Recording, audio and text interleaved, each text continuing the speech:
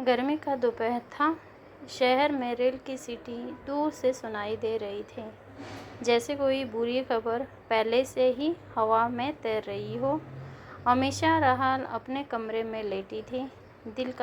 दिल की कमजोरी के कारण डॉक्टर ने उसे किसी भी तरह के सदमे से बचने को कहा था। उसकी बहन काकुन और काकुन के पति का दोस्त महेश दोनों बाहर बरामदे में धीमी आवाज़ में बात कर रहे थे। महेश का चेहरा पीला पड़ा था। मैंने खुद स्टेशन मास्टर से बात की है। सुमित वाली गाड़ी का हिस्सा पटरी से उतर गया। लिस्ट में उसका नाम है। काकुन की आंखें भर आई। अमीषा को कैसे बताऊं? एक झटके में तो वो टूट जाएगी। धीरे धीरे दोनों कमरे में आए। महेश ने दरवाजे पर हाथ रखकर कहा, अमीषा, हिम्मत रखना। काकुन पास बैठी और उसका हाथ थाम लिया। बहन, सुमित। थोड़ी देर वो चुप रही। अब नहीं रहा। ट्रेन एक्सीडेंट में पहले एक पल सन्नाटा छाया। फिर अमीषा की चीख कमरे की दीवारों से टकराई। वो काकुन के गले लगकर फुट-फुट कर रोने लगी। आंसू ऐसे बह रहे थे जैसे बरसों से रोके हुए हों। काकुन भी रो रही थी। महेश बाहर निकल गया ताकि वो खुद को संभाल सके। रोने का पहला दौर खत्म हुआ तो अमीषा धीरे धीरे उठी। उसने किसी से कुछ नहीं कहा, बस धीमे कदमों से अपने कमरे में चली गई और दरवाज़ा बंद कर दिया। काकुन ने आवाज़ दी, दरवाज़ा खुला रखो अमीषा, अकेली मत रहो। लेकिन कोई जवाब नहीं आया। कमरे में खिड़की खुली थी। दोपहर की गुनगुनी धूप पर्दों पर पड़कर सुनहरी हो रही थी।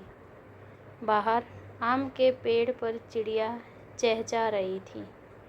हवा में जूही की हल्की महक थी। अमीषा कुर्सी खींचकर खिड़की के पास बैठ गई। पहले तो उसकी आंखों के सामने सिर्फ सुमित का चेहरा था। उसकी हंसी, उसका डांट, उसकी वो आदत कि वो हर शाम घर आते ही चाय मांगता था, वो यादें चुभ रही थी। लेकिन धीरे धीरे कुछ बदला। उदासी के बादल छटने लगे। उसे लगा जैसे छाती पर रखा कोई भारी पत्थर हट गया हो। सांस लेना आसान हो गया। बाहर का नज़ारा अचानक ज़्यादा रंगीन लगने लगा। पत्तों की सरसराहट, दूर कहीं बजता मंदिर का घंटा, बच्चों की हंसी, सब कुछ पहले से ज़्यादा साफ सुनाई दे रहा था। और तभी उसके अंदर एक शब्द उभरा, साफ, चमकदार, जैसे पहली बार सुना हो, स्वतंत्रता। हमेशा चौंकी। उसने खुद से पूछा, ये क्या हो रहा है मुझे? पति मरा है और मैं खुश? नहीं, खुशी नहीं थी। ये उससे भी गहरी चीज़ थी, राहत थी, मुक्ति थी। उसे याद आया कि शादी के 10 साल में उसने कब अपनी मर्जी से एक फ़ैसला लिया था। सुमित बुरा आदमी नहीं था। वो प्यार करता था, ख्याल रखता था। कभी कभी वो उसके साथ सच में हंस लेती थी। लेकिन हर फैसले में, हर बातचीत में एक अदृश्य रस्सी थी जो उसे खींचकर वापस ला देती थी। हमेशा ऐसा मत पहनो, हमेशा इतनी देर बाहर मत रहो, हमेशा ये ठीक नहीं लगता। धीरे धीरे वो खुद को भूल गई थी। उसकी अपनी भी इच्छाएं हैं क्या?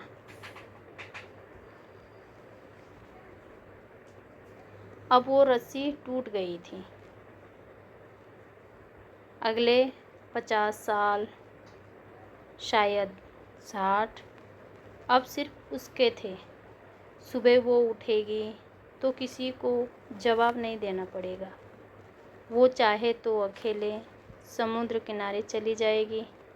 वो फिर से पेंटिंग करेगी। वो शौक से शादी के बाद वो शादी के बाद जो सब दब गया था, वो रात को देर तक जागकर किताब पढ़ेगी, बिना ये सोचे कि लोग क्या कहेंगे।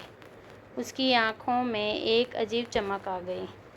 होठों पर हल्की मुस्कान तैर रही थी। जैसे लगा जीवन अब लंबा है, चौड़ा है और सुंदर हो गया है। जैसे कोई कैदी बरसों बाद जेल की दीवारें गिरते देखें। वो उठी, खिड़की के पास खड़ी होकर दोनों हाथ फैला दिए, जैसे हवा को गले लगाना चाहती हो। उसके अंदर एक नई ऊर्जा दौड़ रही थी। वो भविष्य बुन रही थी, अपना भविष्य। नीचे से काकुन की आवाज़ आई, हमेशा दरवाज़ा खोलो, अकेले मत रहो, तुम्हारी तबीयत खराब हो जाएगी। लेकिन हमेशा ने नहीं सुना। वो अपने सपनों में इतनी डूबी हुई थी कि बाहर की दुनिया शोर लगने लगी थी। आखिरकार उसने दरवाज़ा खोला। काकुन दौड़कर आई और उसे थाम लिया। चलो नीचे चलते हैं, सब चिंतित है। अमीशा ने सिर हिलाया। उसका चेहरा शांत था, लेकिन आँखों में एक छुपी हुई चमक थी। वो सीढ़ियाँ उतरने लगी। हर कदम पर उसे लग रहा था कि वो एक नई जिंदगी की तरफ बढ़ रही है। तभी घर का मुख्य दरवाज़ा खुला। सुमित खड़ा था। उसके कपड़े थोड़े धूल भरे थे, हाथ में छोटा बैग था। उसने हैरान होकर कहा, अरे तुम सब यहाँ? मैं तो दूसरी गाड़ी से आया। हमारी ट्रेन तो समय पर रद्द हो गई थी।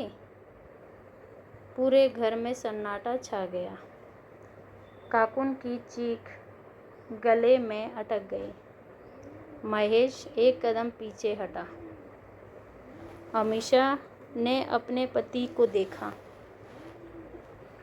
वो वही था, वही चेहरा, वही आवाज़, वही हक जताने वाली नज़र।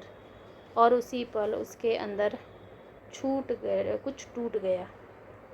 जो आज़ादी उसने 1 घंटे पहले देखी थी, वो पल भर में गायब हो गई।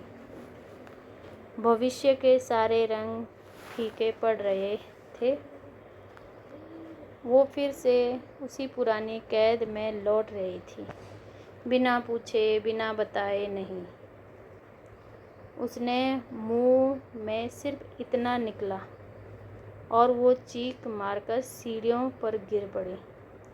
महेश और काकुन दौड़े। सुमित हड़बड़ाकर आगे बढ़ा। अमीशा, अमीशा क्या हुआ? लेकिन अमीशा की आंखें बंद हो चुकी थी। डॉक्टर जब आए तो उन्होंने नाड़ी देखी, दिल की धड़कन सुनी और धीरे से कहा, दिल का दौरा है। काकुन सिसकते हुए बोली, खुशी का सदमा था या? डॉक्टर साहब, पति को जिंदा देकर? डॉक्टर ने सिर हिलाया, लेकिन कमरे में खड़े महेश ने अमीशा के चेहरे की तरफ देखा।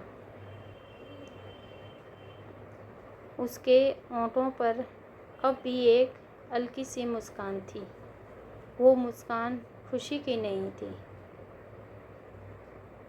वो उस 1 घंटे की याद थी जब वो सच में आज़ाद थी।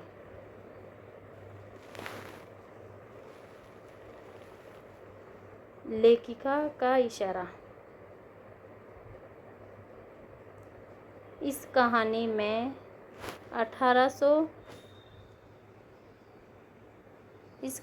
1894 के समाज पर सवाल उठाया गया था। शादी को पवित्र रिश्ता कहा जाता है, लेकिन क्या वो औरत की पहचान खा जाता है? अमीशा के लिए सुमित की मौत दुख नहीं बल्कि खुद को पाने का मौका थी, और जब वो मौका छिन गया तो उसका दिल जो पहले से कमज़ोर था उसे बर्दाश्त नहीं कर सका। ये कहानी बताती है कि इंसान के लिए रोटी कपड़ा से ज़्यादा ज़रूरी होती है अपनी मर्ज़ी।